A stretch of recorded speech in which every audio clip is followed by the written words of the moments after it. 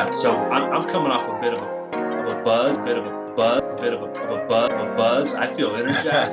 Anything that you say today can be used against you in the process of making a video edit. Everyone needs the ability and the power to bring their contribution to the information knowledge of the world. Dr. Christine's here, you know that. He's back. Dr. Christine's here, you know that. He's back. Even though so many people think that they're civil, they need to kind of step back and realize that some of the things that they do during the day, is it civil? Am I being civil to my neighbor? Am I being civil to my husband? Am I being civil to, to my children? Am I being civil to a coworker or a client? Yeah, I appreciate all of you so much for your commission and desire to just love on each other and unite, find ways to unite us.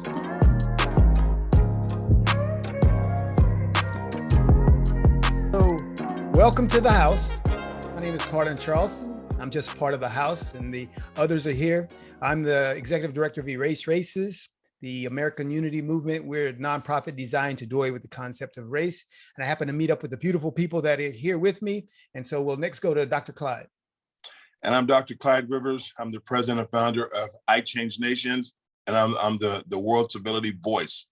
So if you ever see incivility in me, just call me on it. And I'm willing to make a change. Thank you. Dr. Christine.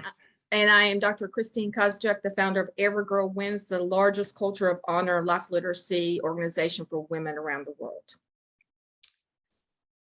Yes, Josh Bach, founder of Amplify Media, Amplify Prosperity, bring people together on all different facets, also do a large amount of work and passion with helping with financial literacy with women coming out of human trafficking. Very good. And together we all represent the house.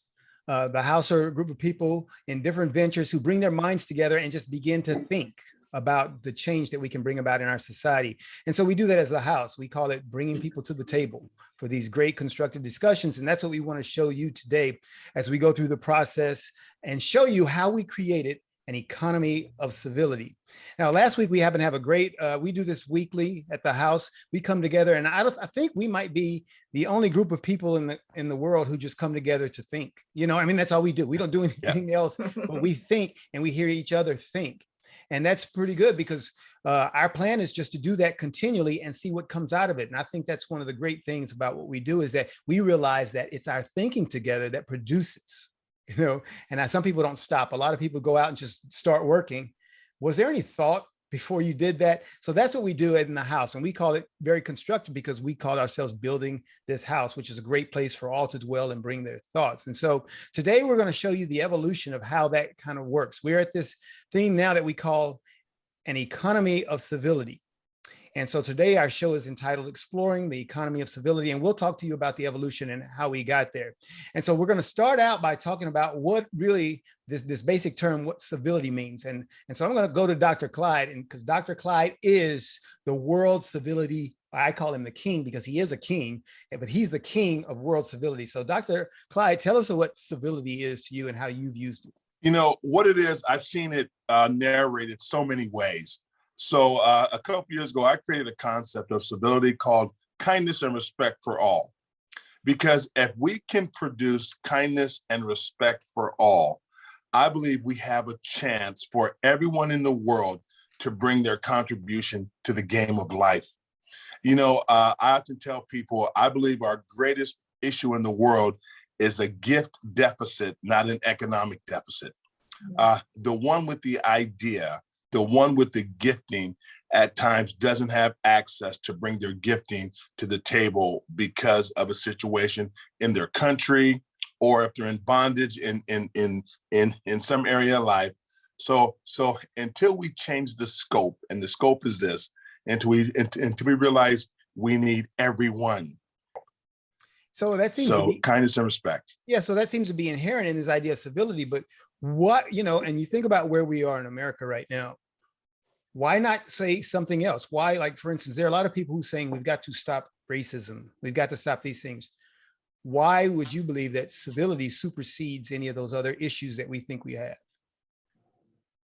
Dr. Chris, you want to tackle that one? Well, repeat that to me one more time. I thought why that is was civility so big? Why do we think civility is key? Why are we exploring an economy of civility and not an economy of anti-racism or anti, capitalism or anti-socialism or anti? Why do we think civility is so important? because that's what the world needs today. Even though so many people think that they're civil, they need to kind of step back and realize that some of the things that they do during the day, is it civil? Am I being civil to my neighbor? Am I being civil to my husband? Am I being civil to to my children? Am I being civil to a coworker or a client? That's what we are missing, is civility in the world today. And you know what, if you don't mind me entering in, I think civility is the currency that moves the world. At some point, you have to sit down with someone and make an agreement to move forward. At some point, everything. What are your thoughts, Josh?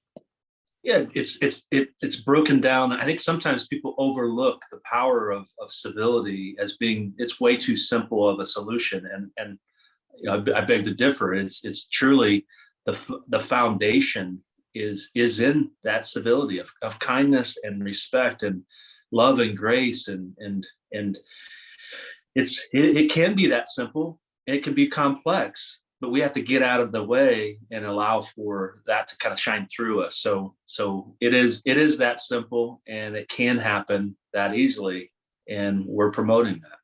Yeah, let me give an illustration. I think, and I just thought about this because when I was as a Marine, when I was deployed to Iraq, then we brought over civil affairs. All right, so think about that word, civil affairs. And what the civil affairs people did, okay, so I'm a Marine, we're over there fighting the bad guys, right? That's what we do, we're fighting. Civil affairs comes in, and they come in and they begin the human work, because they come in and we built a nursery school there. We go in and talk to the people about employment and all those things that are concerned about the people. And so when you want to really get civil, it means you have a concern for the people. Yeah, I've got this job to do. I've got that to do. I've got all these things, but to be civil and to have a sense of civility means I'm concerned about other people. And so I think that's why we need civility. Civil affairs, civility is huge. So, and you know what, Carlin, I had a thought yesterday.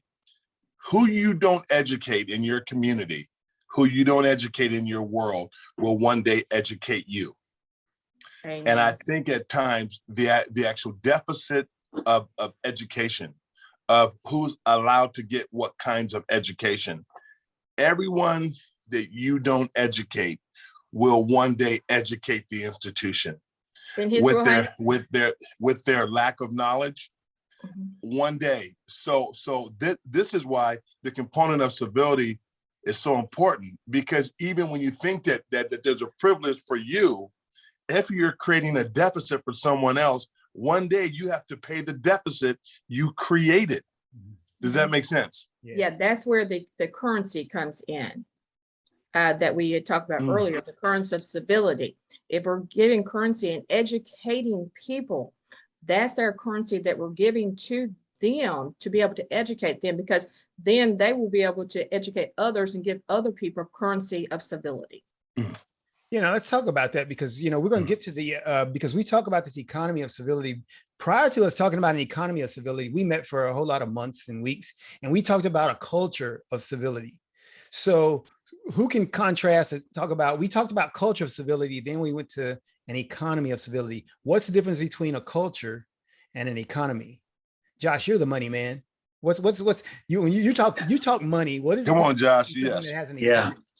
Well, what I found in the work that I do is really as a whole, our understanding of what money is and what money isn't is drastically different amongst most people. And I think the best thing we could possibly do is to really, truly break down what money is. Lots of different terms and definitions, but the one that I like and choose to live by is the fact that money is an agreed upon unit of measurement for the purpose of exchange. Nothing more, nothing less. And it's amazing to me how we as humans attach so many emotions, some of which are very deep-seated and hurtful, painful. Some of them are joyful and gleeful. And none of those emotions need to be or should be attached to this thing that we call money. And I think that alone, before we even talk about the idea of currency and the exchange amongst each of us with our tools, talents, and treasures, I think it's important to realize that emotion emotion does not deserve to be attached to this thing that we call money. And if we break it down for what it is and we build from there, it's amazing on how much better a relationship that we can have with this thing that we call money. Now is when I'm going to lean to you guys to dive in on how we're relating the idea of currency with civility, because that's when it gets really exciting. And you know what, Josh, see, I believe that everything starts with an idea that an individual gets. So if we're looking at the original currency is the idea that's created. So with that being a perspective that I look at it from, I'm saying that then every person is born to produce something. So what happens when you look at the actual deficit, and as I say deficit, I'm talking about the actual inequalities around the world. No wonder we have currency devalue.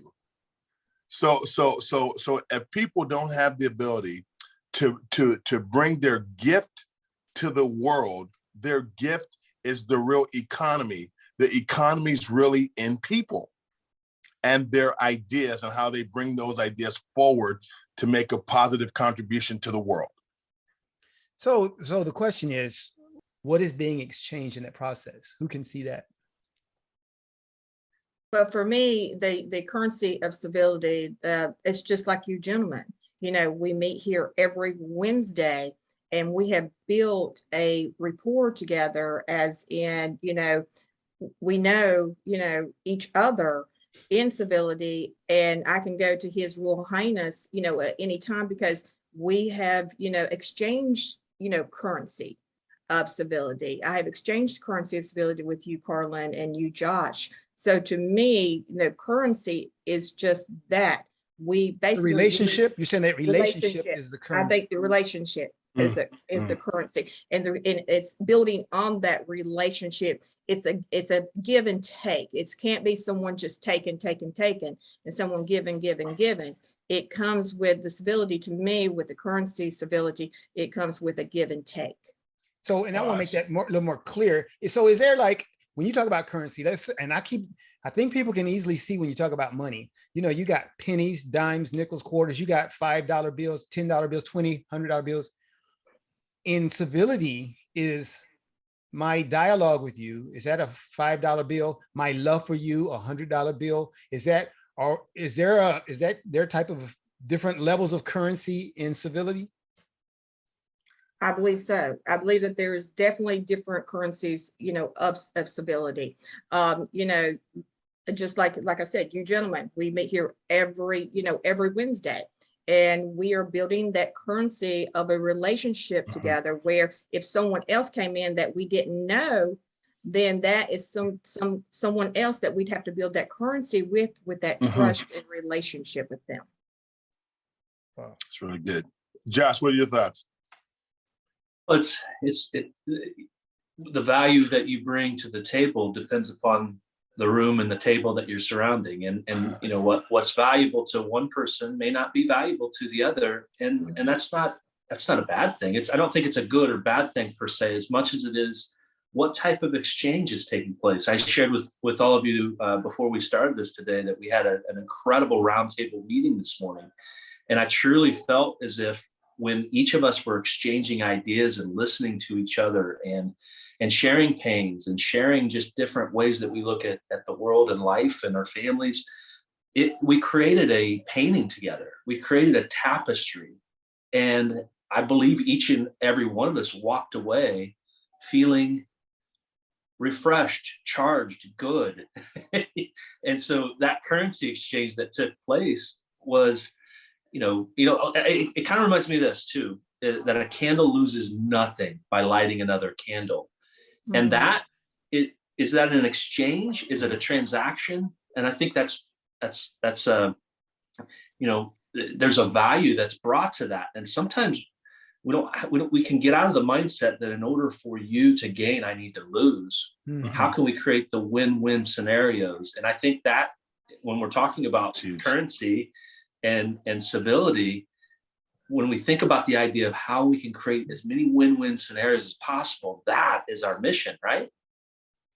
Well, I believe that's so true. And I believe a lot of civility currency deals with the emotional state of a person. The emotional state of a person. I can have a conversation with someone and make them feel good in the conversation. And so I think at times we lose that fact that there's some people that are goal oriented.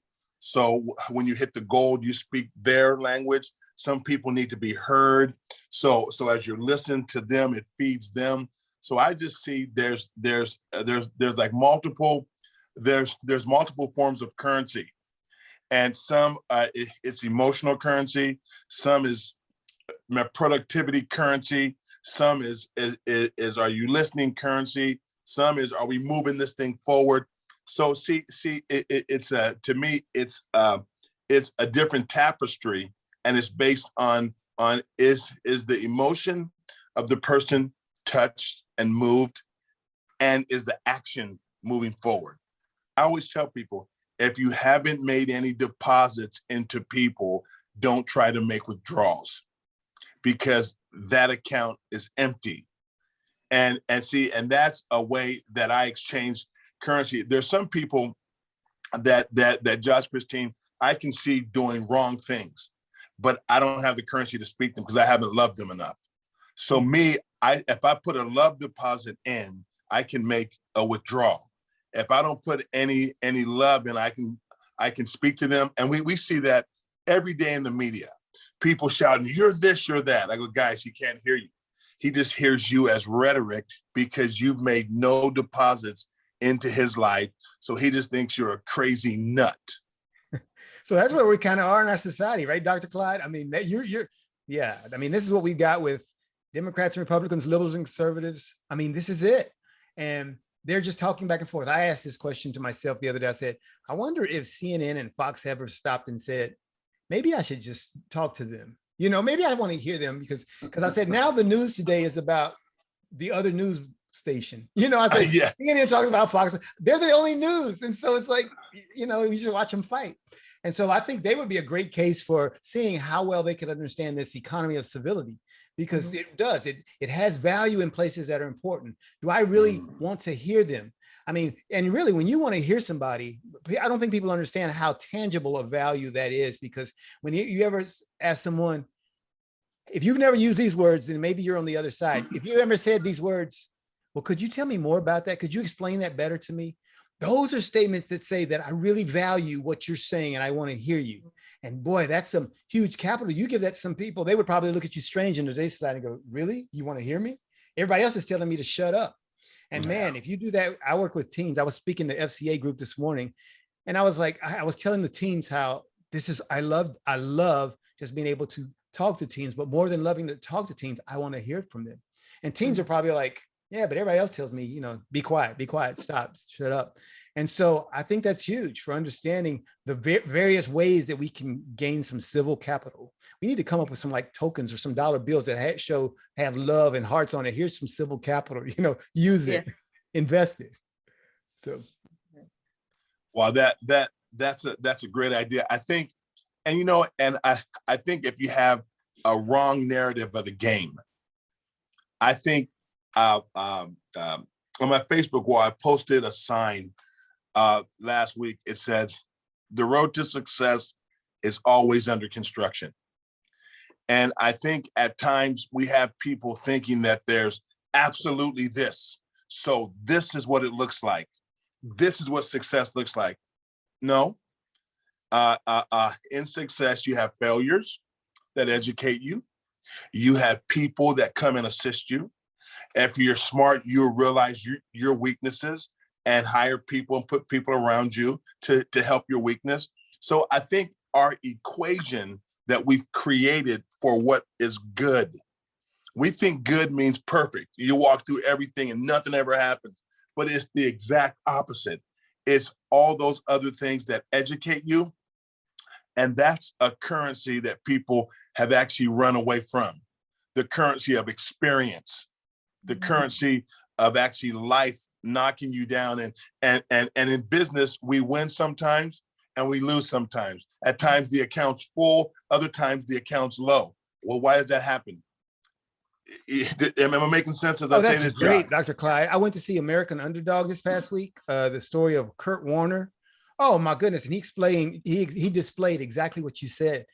Kurt Warner, if you don't know him, he eventually won the Super Bowl as a quarterback for the Los Angeles Rams.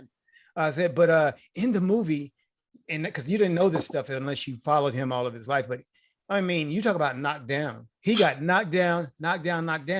And he, just what Dr. Clyde just said, though, that being knocked down was building in some experience capital. It was saying, learn to face adversity, learn how to get back up, learn how to struggle through things.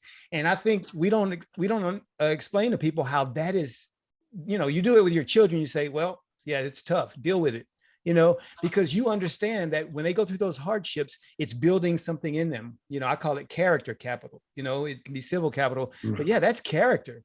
And that's very valuable, and it will pay off. Most people don't think that it will, because all we see is the negative and the downside of what happened to this person and they're down. But man, almost all the great stories and the great movies that you hear, the great books that are written, are about people who were so down and they came back. And so that's a good one, Dr. Clyde. Experience capital. We're going to end up having to create a list of all these currencies, because this is, for people to begin looking at those things and realizing, yeah, I do have some of that in my life. And I think that would give them a new way to begin looking at their own lives and realizing that everything that I see as negative, some of that is very valuable. Some of that is a very good value, and I will be able to expend that value at a future date. So, well, that's one of the things we can work on in the house as we continue to create our economy of civility. Very good. And you know what, Carla, what's interesting is Dr. Christine has Every Girl Wins. And I'm just bringing this up for sake of the topic. This week, she won a Martin Luther King Award and the one lady called her the mother of all girls. And I thought about what she's doing with her organization. Her organization is creating a life literacy. So for the underprivileged, disenfranchised of the world. So look at that currency. That currency of exchange is giving people life literacy skills. So what's the value of the information given there? What currency? That currency, Josh, is priceless. You see what I'm saying? And see, that's a form of actually knowledge currency. Knowledge currency that is actually transferred in a healthy way causes other people to win. Because I thought about this, I go, wait, she's her organization works in actually 26 countries, and I'm going, but it's her content that works further than the country. The information she's bringing is going worldwide because it's a currency of actually knowledge literacy. But it's the ripple effects that in so many cases, 99% of the time we'll never really see those seeds that are planted by the work that we do, which is, we're not doing it for that reason, right? But it is those ripple effects that man, we have so many people to thank in our lives that and we'll never be given the opportunity to thank them. And I think that's a big part of civility too, because we all need each other. Now, those negative ripples are definitely in there as well. But we just need to embrace those people that are out there that are giving and investing, because those ripples can go a long, long way. Now, see, that was cool, because while Dr. Clyde was talking, I had this idea of the seed because because that's what Dr. Christine is doing. She's implanting these seeds that are going to flourish. And I had that, and I heard Josh use seed, and I was like, oh, that's perfect, because my pastor church has this one great quote which goes like this, and he says that man can know the number of seeds in an apple, but only God knows the number of apples in a seed. Oh, wow. Wow. Mm. Yeah. Good. Yeah. That's That's profound. good. That is, isn't it? It's That's great. profound. Yeah, because so we do that, and that's why the exchange is so big. We pour into people, like Dr. Christine is doing, like we've all done. We pour into people, because what happens? Because they're going to be producing more. We replicate this process, and I think in this exchange, it continues on and on. And so seeds continue to create seeds and fruit. And Man, you know what, Carlin? I had a thought Sunday morning prior to church. Josh, this is what I'm sitting in my office, and I'm asking God about prosperity. God, tell me about prosperity. You know what he told me? He says, it's everything I do for you that you don't look at. He says, you're looking at dollars in the account. I'm looking at the oxygen I just put in your lungs. Have you thanked me for that? I'm looking at the ability I give you to be in your right mind this morning. I'm talking the power you have to move your arms and function. And he goes, that's prosperity. And he was showing me that my view, he said, try, and then waking up in the morning and not be able to move. What will that do? And what he did, he changed my whole scope. And he says, if you really want to understand what it is to prosper, thank me for everything I do for you. And you start going, wow, man, thank you for the house. This morning I got up, I said, God, thank you for the house. Thank you for the people I get a chance to build relationship and meet, as opposed to going, okay, it'll just be there. So I think there's a currency evaluation and a currency devalue. And I think the actual currencies that we're looking at, we have to say, is it an eternal currency? Is it a temporal currency? What type of currency is it? But I know I was looking at Dr. Martin Luther King on his holiday, and I said, that man's still alive. He's still alive because the actual seeds he sowed caused other people to still remember and speak his stuff. And I go, that's the kind of life you want to live, to where the currency outlives you. That's really great. And I experienced that with my mom. My mom passed in 2014 from ovarian cancer. And everybody was, and I understand when people really miss someone, but I think that mom was so, and because I was a mama's boy, but I was so into mom that it's like I continue to do that thing, and I hear myself saying the things that she said, and I feel her necessarily living through me. So, I really don't miss her. It's kind of like she invested so much in me that it's like it's not missing. It's now being lived out. So it's kind of like you were just saying there, Dr. Clyde. Yeah, it's like it's being lived out. So no missing. And I think a lot of people, when they don't properly value the time that they have with people, then there is that regret. Maybe I missed out on getting the investments that I could have received, or getting what they could have given to me. I didn't accept it. I didn't receive it. I thought I can get it tomorrow. Well, no, today is the day. What are your thoughts, Dr. Chris? Yeah, what he's talked about, when my brother had passed, back in October, and the last time I had actually spoken to him, he had called me and wished me happy birthday. And, and I still remember that last conversation, with him. And, even though, because it's so new, I do miss him, but, I know that, with him that, it's a life that, his children will continue living on. Yeah. That's interesting. And I think with this civility economy, we need to create, as you said, what are the currencies? There's a currency of honor. There's a currency of service, a currency of people investment. These are because I think if we don't create a higher frequency than what's out there, we're just going to play in the same field of knowledge.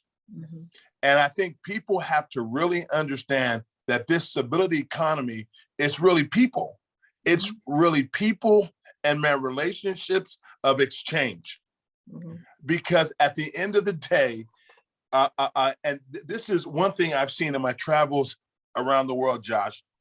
I've seen Muslims, Christians, Buddhists, witch doctors, businessmen sitting around the table over business in agreement and shaking hands at the end going, wow, thank you so much. And I said, the currency of money brought them to the table, and they've created an equation to where they all can produce wealth. So their religion didn't matter, their color didn't matter, where they're from didn't matter. It was a currency of I see value in this for me, and everyone saw value, and they worked together, and they're friends. So there's obviously something, Josh, that has to be, there's something that can unify us. If all those people that think different are at the business table in agreement, shaking hands, and they became friends because of the exchange of potential currency, man. Well, I think it can be broken down into the simplest form, and I agree wholeheartedly with your example. And it's am I more focused on serving myself or serving others?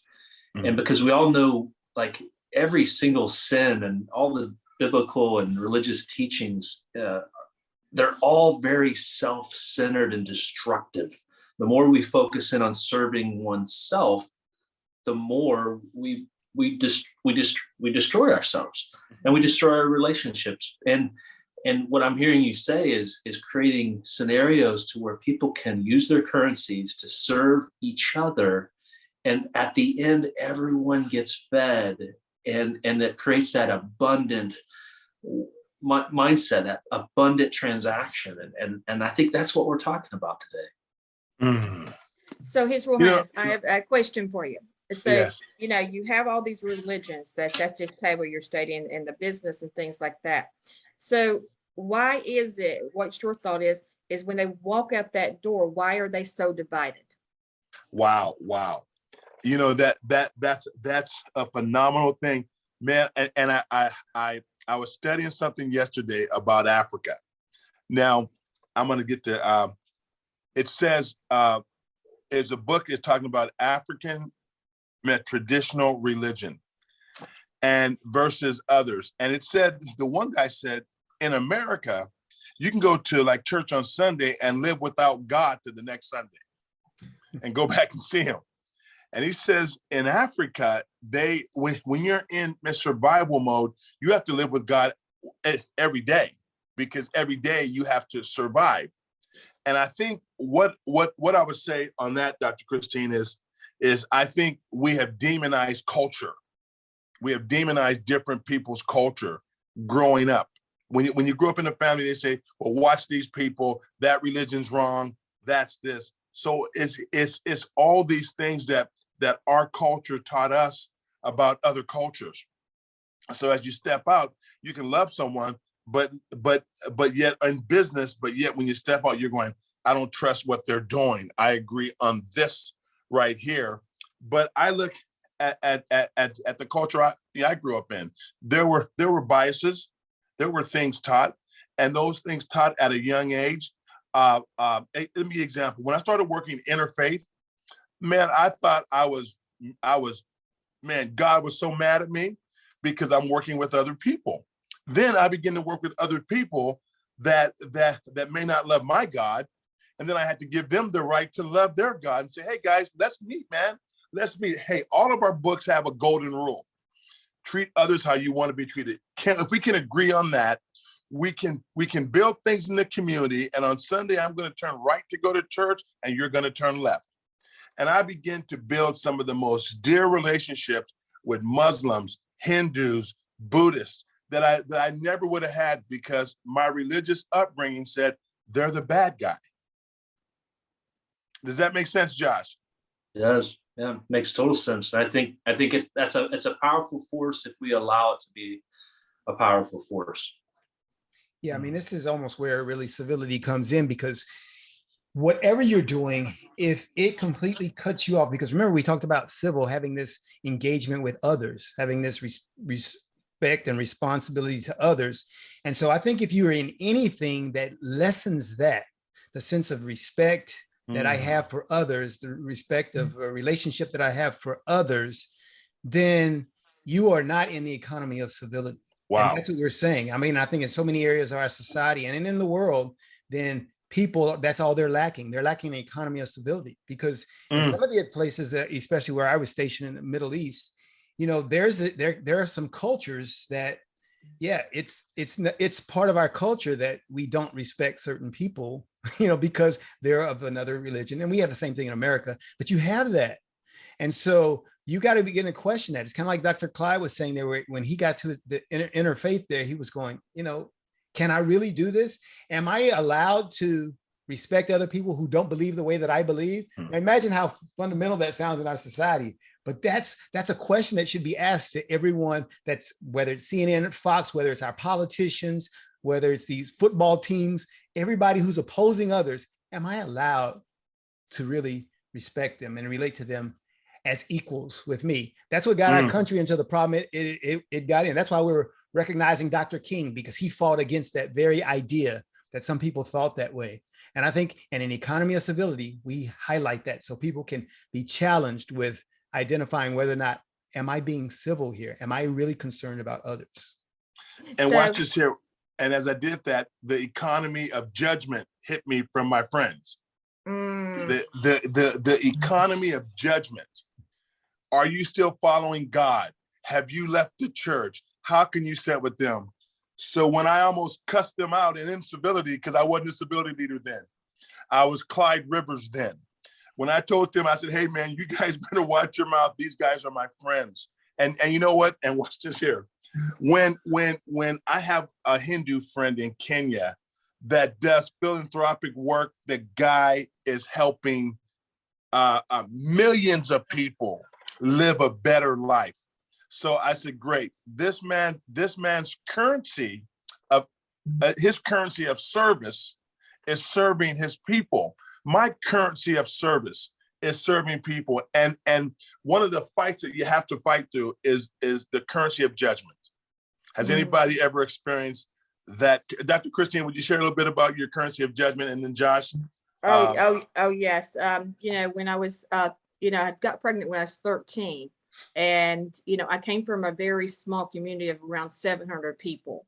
And not only did the community judge me and tell me that I would be nobody, that I would amount to nothing for becoming pregnant, so did the church that, they also judged me, for that. So, that judgment, actually, I think you and I, His Royal Highness, spoke about this yesterday. That stuck with me almost my whole entire life until I started doing some personal development on myself, of realizing, that, judging me is your problem. That's not my problem.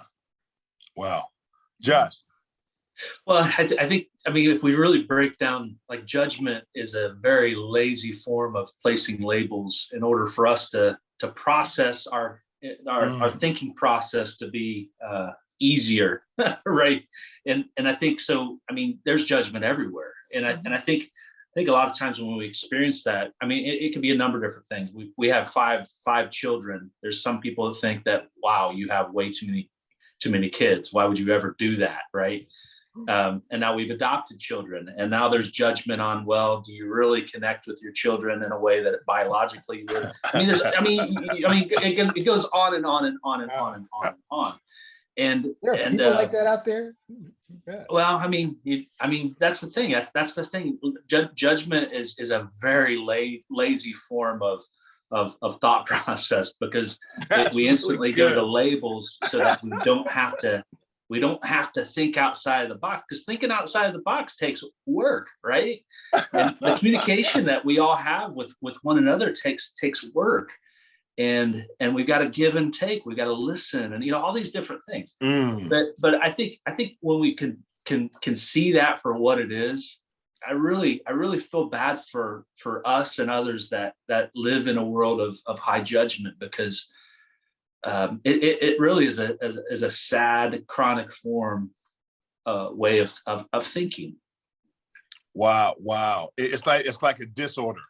It's like a disorder. I mean, because and you know what? And I think this. Let me tell you what I believe we have to think about the currency of good judgment. Mm-hmm. See, there's a currency. There's bad judgment and there's good judgment. Good point. And I think we have to see if we're going to break these things down. And you know what, man? I would love to find a language, Carlin. I would love to find a language that says, because you're different than me doesn't mean it's wrong, because our experiences are really all we know. So our experiences at times, it creates judgment when someone doesn't do what my experience was. So how do we, okay, if we can figure this out, I think Jesus will come back real soon if we can figure this, what I'm going to say here out. How do we let each other be each other and not judge each other? How do we let each other be each other and not judge each other? Well, one thing for sure, as you highlighted when you said there's good judgment, bad judgment, that one that you call bad judgment, it's like this. So you've got currency, and I'm back to the money thing again. Mm-hmm. So you're like, hey, here's a $20 bill. Because that $20 bill, remember, in the exchange, it's purchasing something for me. It's got buying power. However, they looked at that with bad judgment, they looked at that thing and went, this is counterfeit. This is no good. And it has no value. So that bad judgment is counterfeit currency. So the only currency is the positive stuff, because it does have value. Because one thing about currency, there's no such thing as a penny coin that has no value. It has some value. So the only currency is that has value. If it has no value, it is not currency. You need to reject it in your economy. Reject it. So I think that's what it is. You know, we've got. And Carla, what you said is so powerful. I went to a restaurant night before last. I paid with $100 bill, and they ran it through the authentic money machine. Oh. Is this real? And I said, have you ever got a false one? He said, yes. He says, when this here is false, it makes a crazy noise. And I'm like, man. And this is what, and I realized what you said is the actual currency, only the authentic really has purchasing power. So within all of us, we should be developing whatever that machine is called, Dr. Clyde, a counterfeit currency detector. I love that. So that we reject that currency that is not real, because we only want things that are going to increase our value, which currency does. And if it's counterfeit, it will not do that. And it gets shredded in the shredder. It gets shredded in the shredder. It's got no value. No. Here's the thing too, to expand upon that, is that let's say, for instance, Dr. Rivers, when that money went through, it made that weird sound. Well, you didn't create that counterfeit money. Somehow along the exchange, you were given that. And then so how many times that's good. Are we spreading counterfeit money without even knowing it, right? Oh my goodness. God. Let me go take down my race banner. I'm going counterfeit. That's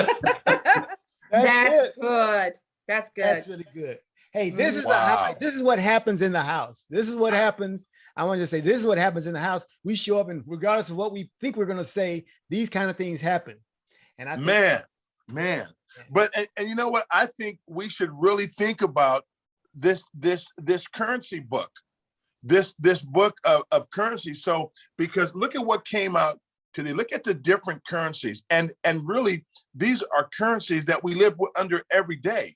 It's currency that's created by words and emotion. Really, somebody inspires me to go, man, I'm going to move. Someone discourages me, I'm going to sit down. Mm-hmm. Someone does this here. So it's these actual verbal exchanges. What do they move inside of me? So ultimately, are we the bank? Is every individual a bank?